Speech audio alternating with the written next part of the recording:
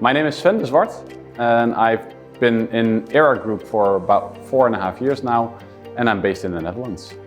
Well, I've pretty much spent my entire career before ERA Group working in Unilever, so that's about 18 years. What I focus on most is supply chain in general, but in practice that's a lot of logistics work.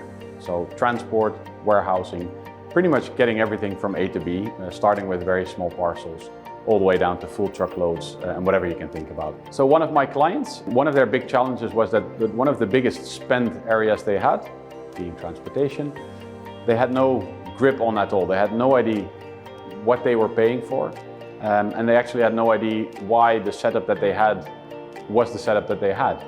So a lot of people who made those decisions in the past weren't there anymore. So that was one of the reasons why they asked us to come in and help, because they were looking for expertise. And at the same time, they were looking for somebody who had the time and the capacity to deal with a project like that. What was really important in a project like this is to understand the needs of the client in this case. So what we did with them is we followed them through the warehouse operations and the transport operations at this point in time, and really made sure that we understood what challenges they were facing, whether there were any issues or not. And one of the complicating factors for them was that they used 3 different transporters, and they used quite a complex setup.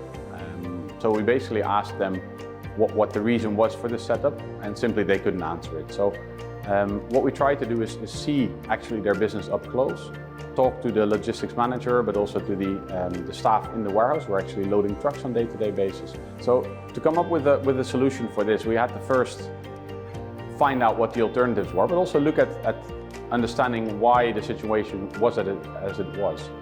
And the complicating factor here was that this is a local company, and one of their transporters was actually another locally family-owned business with quite some relationships between the 2 families. But what was really important in this, to get clarity for us, is we spoke to them, to the transporter, and what turned out is they have been around with them forever, and they knew what happened, so they knew why the setup was as it was. So actually what we did is we utilized that information to understand whether this setup was still needed or not. So long story short, in the end we decided to consolidate all the volume with their local partner, but at the same time we went from 3 invoices per week to 1 invoice a week, and a lot less effort to verify invoices and to make sure that whatever was transported properly.